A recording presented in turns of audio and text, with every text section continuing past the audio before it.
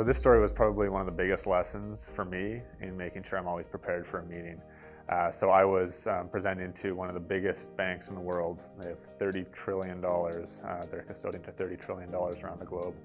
And we were in this conference room, way up on the 30th floor overlooking the Hudson River. There's like 20 people in the conference room pitching to their entire team. So we had found this program for their CIO, who was this brilliant guy, to come and present at one of these festivals that we were putting on, this big event.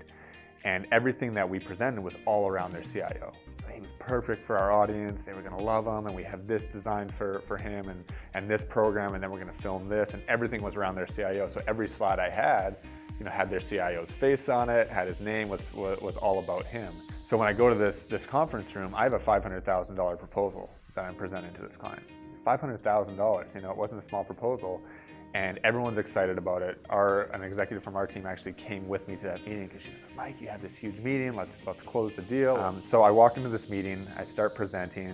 I kind of open up and break the ice. Start presenting the idea, and I'm looking around the room, and everyone's got this kind of weird look on their face. They're looking at each other. As I finally stop, and the head of marketing says to me, "Mike, did you see the news this morning?" And I said, "No." And they said, "Our CIO resigned. It was announced at 10:30 this morning. My meeting was at 11 o'clock. So it was announced 30 minutes before that meeting. So for me, that just showed you need to be to the minute prepared for every single meeting. And that's one of the reasons we started TrueConnect, to help with that. Because if you go into a meeting like that, a meeting that I had booked 3 months in advance, and you don't have all that information at your fingertips, you walk in like that, you end up making an ass of yourself. And so at that point, I had to close my laptop and say, all right, let's brainstorm.